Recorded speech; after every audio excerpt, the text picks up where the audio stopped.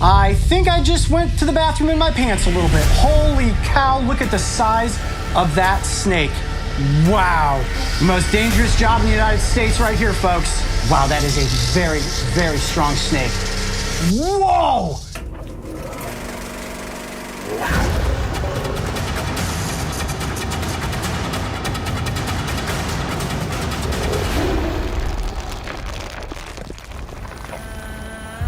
When it comes to creatures that humans are afraid of, I always say there's the three big S's: sharks, spiders, and snakes. You're very unlikely to be attacked or bitten by these animals, yet unfortunate accidental encounters do happen. And in a worst-case scenario, a single bite could put your life on the line. Today we are visiting the Reptile Discovery Center, located in DeLand, Florida. Owned and operated by Carl Barden, this serpentarium is home to dozens of the world's most dangerous snakes, many of which are on display to educate the public. This location is also a med-toxin venom laboratory, and it's the dangerous work going on behind the scenes that is saving human lives. Ooh, venomous reptiles. Good morning, Carl. Coyote, how you doing? Welcome. Good. How are you? Thank you for coming. Mara? Good morning, Coyote. Welcome. Thank you guys so much for having me. This looks like the ultimate snake milking setup. This process is incredibly important. You guys are milking these snakes for the creation of antivenom. So tell us a little bit about this process. And I would classify this as arguably the most dangerous job in the United States at this point. But we never see it that way. We always think it's pretty well practiced. We do it so frequently. We handle 50 to 100 snakes a day, typically 4 or 5 days a week. And probably most importantly, a number of these venoms are produced for the antivenoms, both here in North America and around the world. So let me just repeat that real quick. You said between 50 and 100 snakes a day. Have you ever been bitten in the process of milking snakes? Because accidents do happen. We have about 500,000 venom extractions now, and every once in a while, right, he zigs and you zag and the whole thing goes bad. So I've had 11 snake bites in the last 27 years. Only 9 of those resulted in envenomation and actual hospital stays. We had 2 of those bites were dry. But then you'll see the work here at the table is close work, but it's really rehearsed and it's done very carefully and methodically. And so we like to think it can be done very safely.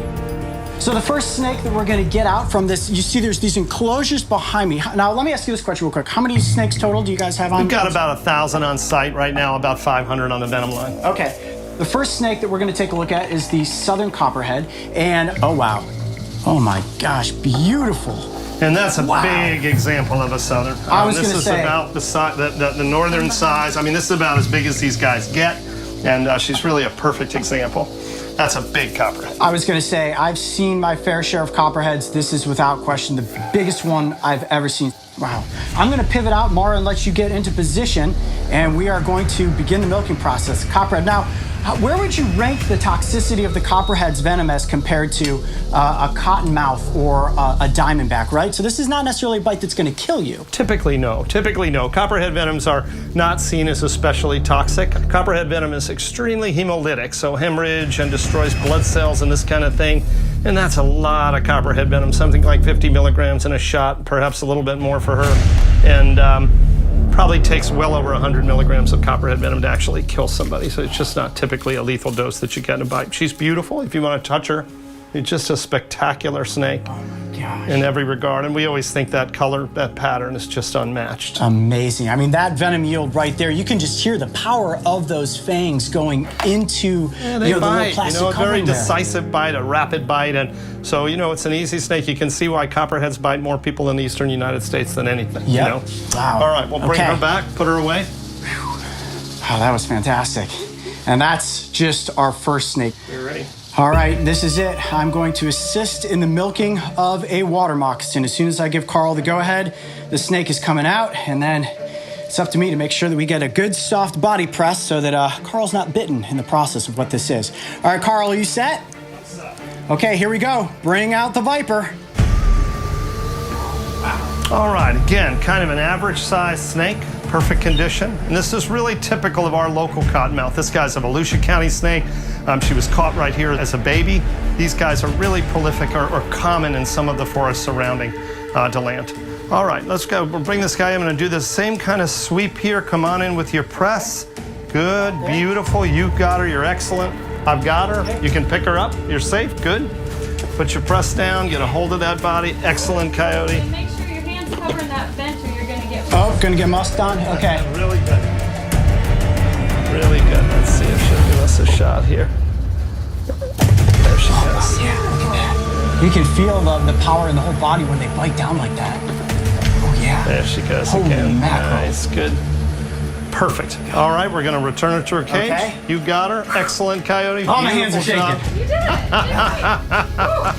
That, Really good. You know, I was hands-on with the snakes in Australia when we milked those species, but didn't necessarily have that pressure of having to gently pin down the body. But anytime you're that close to one of these animals, I mean, even a slight margin of error can go catastrophically wrong. And from the venom yield that you see that came out of that snake, just unbelievable. It's just one bite from one of these snakes. So Coyote, that was excellent. I feel all that adrenaline rushing through me. That's one snake, and I wasn't even holding the snake by the head. So I can only imagine you doing this for a couple hours at a time, snake after snake after snake.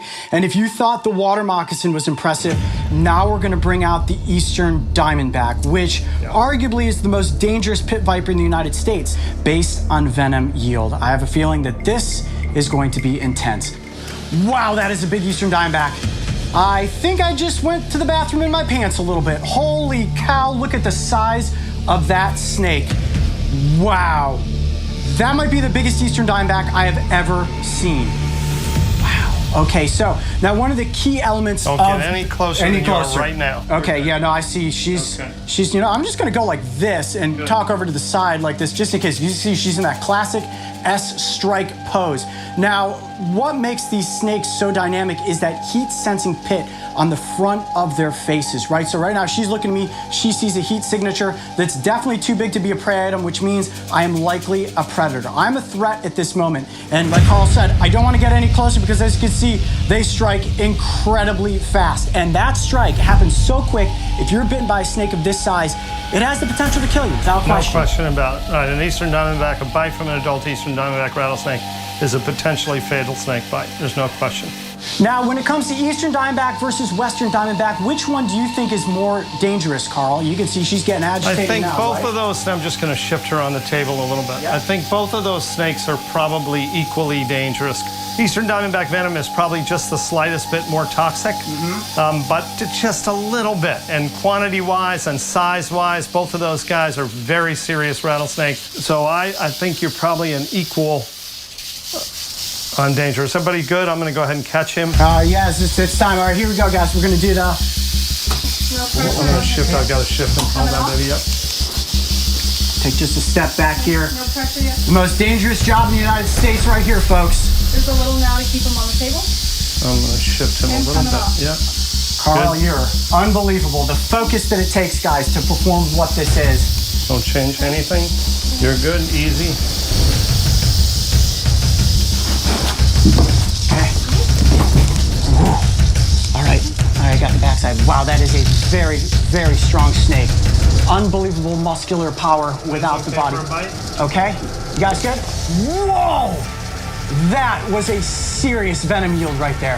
My goodness. And that's really what makes the Eastern Diamondback so potentially dangerous, is that capability to really pile it out when they need to. Look at those fangs. Oh, and I actually see it's got a double set of fangs, which means it's getting ready to shut out one of those fangs, right? That's exactly right. Yeah. Yes. Wow, look at that. All right, guys, zoom in as best you can to get a shot of those fangs. You can see the hooked nature. If you're bitten by one of these snakes, it's going to be a very, very bad day. A bite from this viper will definitely kill you if you do not receive anti-venom treatment. Okay, is it okay to let go of the tail? Good. Wow, look at that rattle. Okay, Very going good, back in. Coyote. Excellent. That was intense. I mean, just being able to control a snake of that size on a table like that is a challenge. Wow, Carl, that was impressive, job. my friend. Great Holy job. mackerel. It's important to note that this venom will go into the creation of anti-venom, which eventually will save lives. So the work that Carl and Mara are doing here on a daily basis is saving anybody who accidentally comes upon one of these snakes and is bitten. Carl, I'm going to give you a very dangerous Thank you, sir. handshake to say thank you for having us behind the scenes at the lab here today to milk snakes. This was unbelievable. I'm sure one venom-searing question that you all have is, what exactly happens when snake venom enters into the human body and reacts with its blood? Stay tuned, guys, because that episode is coming up next. I'm Coyote Peterson. Be brave. Stay wild. We'll see you on the next adventure. All right, Carl, I'm going to hand this off to you so that I don't drop it. That was crazy. Amazing job. Oh my gosh, I'm so stoked. Being bitten by an animal is one of the worst experiences most people can imagine. Yet no matter how careful you are, accidents can and do happen every year. In the United States, it is accurate to say that Carl and Mara are literally putting their own lives at risk to ensure that anyone who is bitten by a venomous snake has a fighting chance for survival. If you would like to visit the Reptile Discovery Center or learn more about their MedToxin Venom laboratories, make sure to visit the website and schedule your chance to see these snakes in action. Hey Coyote Pack, if you can't wait for the thrilling conclusion where we see how human blood matches up against pit viper venom, you can join memberships right now and see the episode before anyone else. And make sure to subscribe and click the notification bell so you can follow along with me and the crew on our next wild adventure.